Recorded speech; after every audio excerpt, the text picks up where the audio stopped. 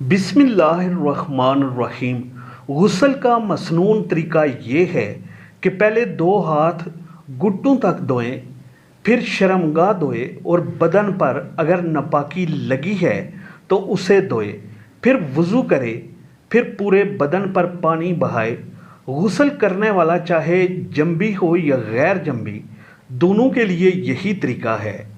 ये सही है कि जंबी शख्स जब तक गुस्ल मुकम्मल ना कर ले वो पाक नहीं होगा, लेकिन मसनून तरीका पर गुस्ल ये है कि वो इब्तिदा में ही बदन की नापाकी धोने के बाद वज़ू कर ले।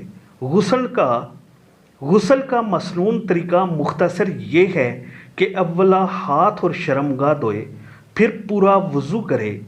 इसी दरमियान मुंह और नाक में अच्छी तरह पानी डाले।